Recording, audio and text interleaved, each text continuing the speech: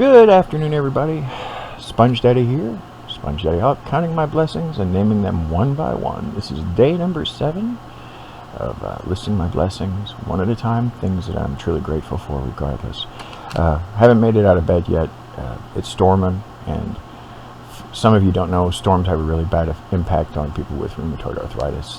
The air pressure actually makes your joints swell, which makes the pain even worse. So I'm just slowly trying to work out the kinks today, because I was stuck in bed all day yesterday and I don't want to do it again today. So I may take a little extra pain medicine and a neural blocker and see if I can get this old body out of bed. Today I am most grateful for the United States of America.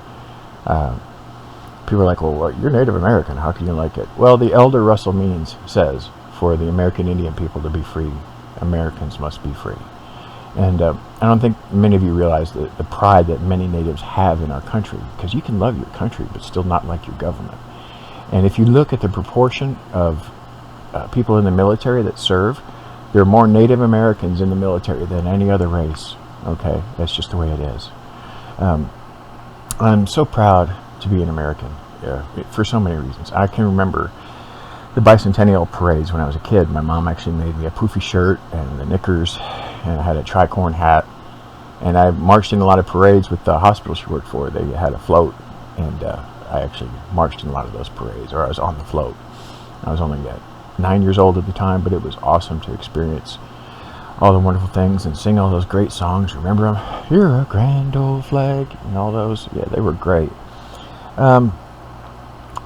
Somehow along the way, though, since that was 40 years ago today, America has lost its way and lost its soul as far as what we stood for.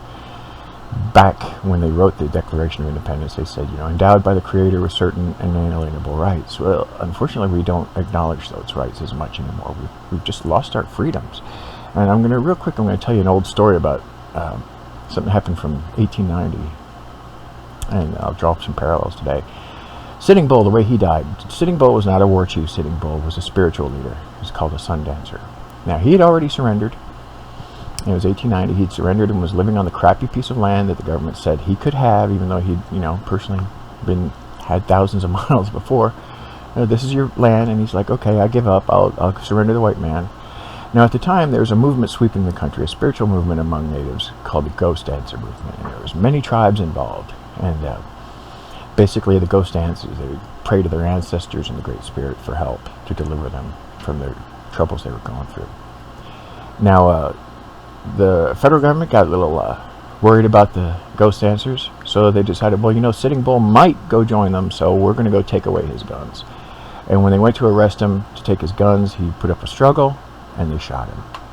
And then just a few weeks later, Wounded Knee happened, where 250, mostly women and children, were murdered by the United States government for practicing their faith. So right then and there, the First and Second Amendments were shattered.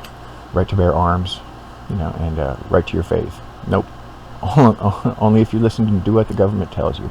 And today, it only seems to be getting worse.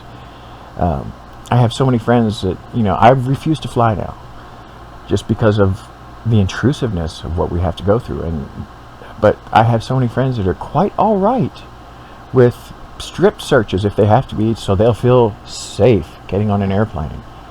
But then those same people, and you know who you are, will turn around and say, oh, we're doing all these horrible things in the war on terror. Well, guess what? There's people that are in favor of the stuff we're doing in war on terror, so they feel safe. So if you're going to sell your soul a little bit, sorry, in for a penny, in for a pound, you don't get a little bit pregnant. And somewhere along the way, after 9/11 especially, we lost what this country really was all about. I cannot believe now, I love this nation so much, and we used to have the moral high ground on so many things. World War II, and it was a righteous war, and we were right in every way about that.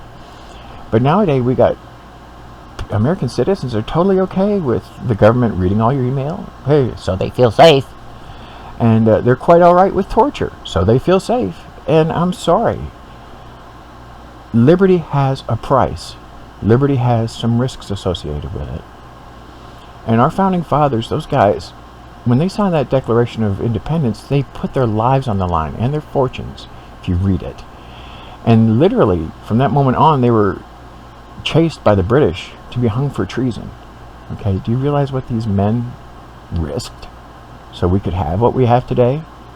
But here you are willing to give it all up just so you feel safe. Remember what Ben Franklin said, those that a country that gives up its liberty for the sake of security shall have neither. And look what we've got today. Now, I want you to think long and hard if you really love this country, and if you say you love freedom, you have to love freedom across the board. You can't just love your freedom, you have to love their freedom too. And liberty does have a price, and liberty has risks.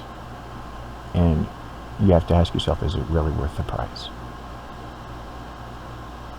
Yeah, to me it is. You see how the government has overreached in so many ways, like the EPA. It's a necessary evil, but it goes too far. And then you have people that say, well, it's a woman's right to do whatever she wants with her body. Abortion is okay because it's her body, she can do what she wants. But she can't smoke. She has to wear a seatbelt. She can't eat trans fats. Come on, people, quit being such hypocrites. If you want to protect liberty, you have to do it across this board. And I love this great nation, I really do. It is the greatest country on earth, and it always will be. But we're slowly slipping away and becoming the very things we fought against. I can remember in the 70s, the Great Red Scare, and how the Russians, were so oppressive of their people. Well, look what's happening now. You have to ask yourself, what do I want? Do I want security or do I want liberty?